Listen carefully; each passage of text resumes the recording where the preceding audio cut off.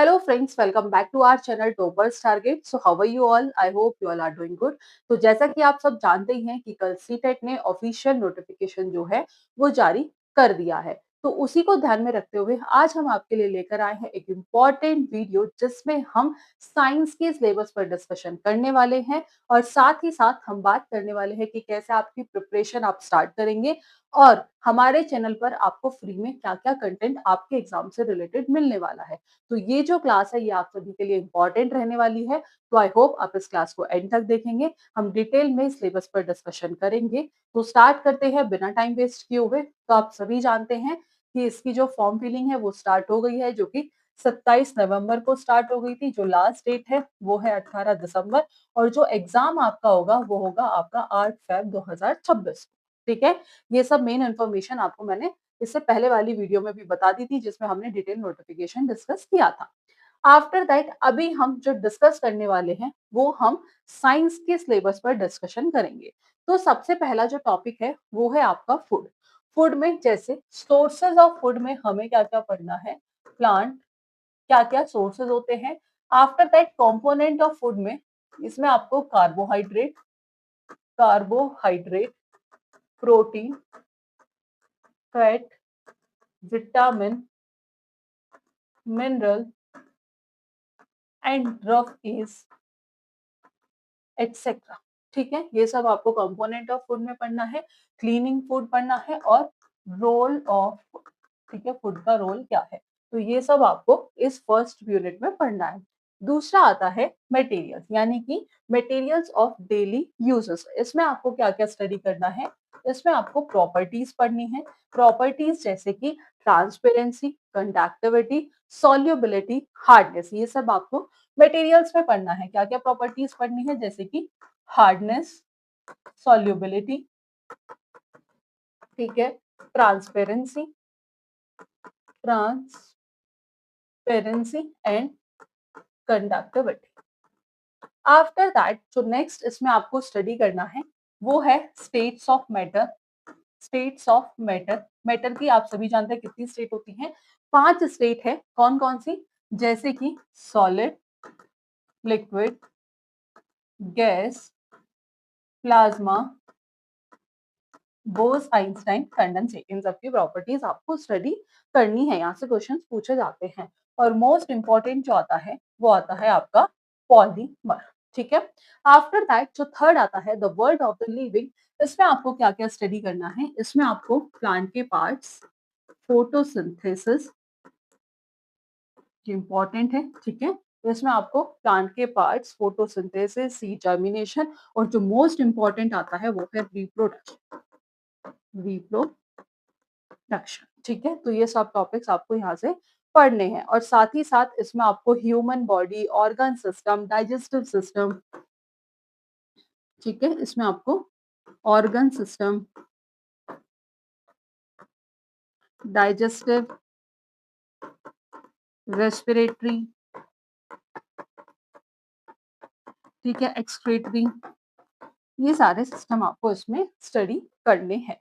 उसके बाद आता है moving things, people and ideas. तो इसमें आपको मोशन, फिजिक्स का पार्ट है, motion, speed, distance and time. ठीक है, ये सब आपको स्टडी करना है।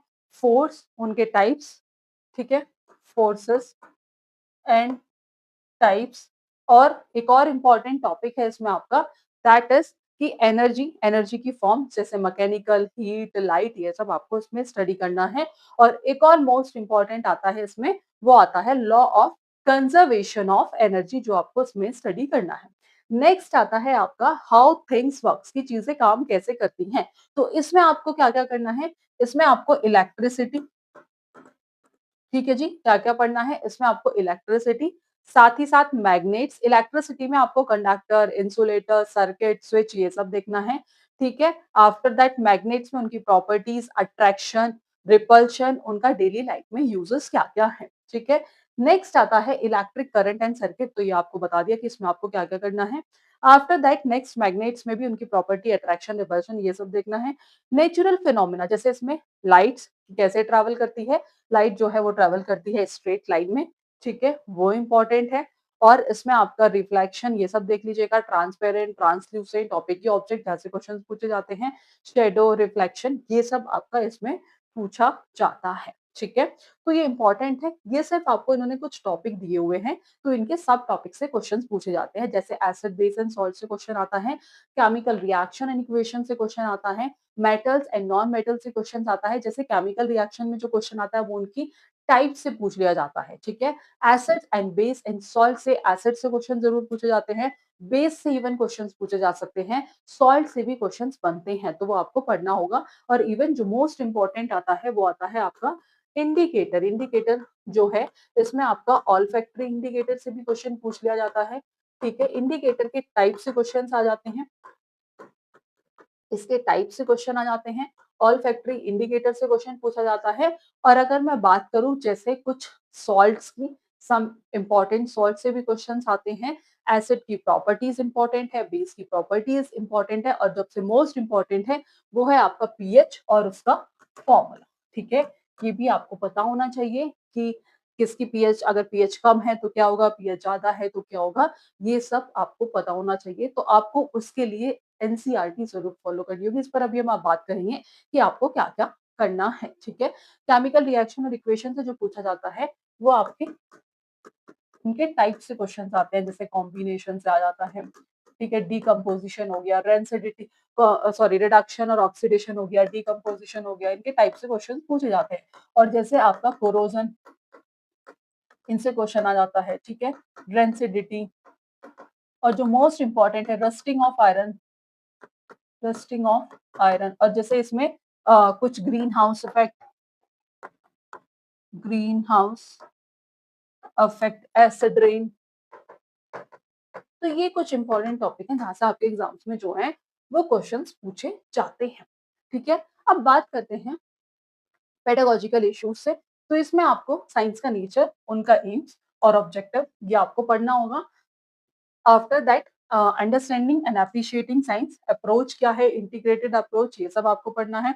Observation, experiment, discovery, method of science क्या क्या है, ठीक है? इनोवेशन, टेक्स्ट मटेरियल्स, उनके एड्स, इवेल्युएशन, इसमें आपको कॉग्निटिव, साइकोमोटर, अफेक्टिव डोमेन को पढ़ना होगा, प्रॉब्लम और रेमेडियल टीचिंग, ठीक है? तो ये आपको पेडागोजिकल इशू है जो आपको साइंस में पढ़ना है। अब आता है कि हम कैसे प्रिपरेशन स्टार्ट करें और क्या हमें करना चाहिए।